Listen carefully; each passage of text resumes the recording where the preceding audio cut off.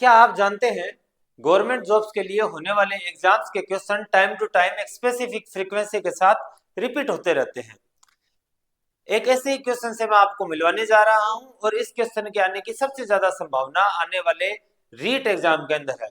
Question है दोस्तों, प्रयोगशाला सहायक 2018 में आया हुआ बफर विलियन के बारे में। आपको इसके आंसर जो है बहुत सारे मॉडल पेपर में, बहुत सारे टेक्स्ट बुक में मिल जाएगा। इसका आंसर बी है। मैं इस आंसर की बात ही नहीं कर रहा। अगर ऑप्शन बदल दिए गए तो बफर विलियन हम कैसे फाइंड करेंगे? हमने तो एक यही देखा है। आपको इसके एग्जांपल्स भी और ज्यादा कॉमनली नहीं मिलेंगे। तो हम ये देखते हैं कि बफर होता क्या है। बफर जो खुद की पीएच में रेजिस्ट करे, पीएच में चेंज का रेजिस्ट करे, बदलने ना दे।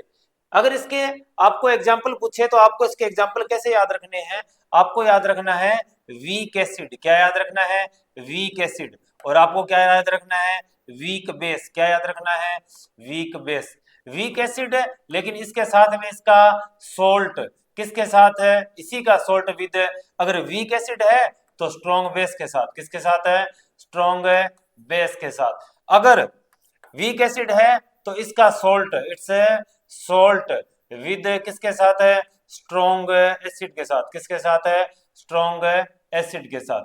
अब देखिए वीक एसिड कौन है? मान लिया हमने CH3 COO और H उठा लिया। इसका एसिड उठाया, इसका बेस के साथ सोल्ट बना दो CH3 COOH इसका बेस, और स्ट्रॉन्ग बेस उठा लिया हमने NaOH।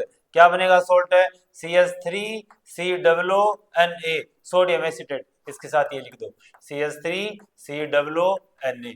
ये एग्जांपल यहीं से उठाया गया है। वीक बेस जैसे कि हमने उठा लिया NH4OH, और इसका सोल्ट किसके साथ? स्ट्रॉन्ग एसिड के साथ।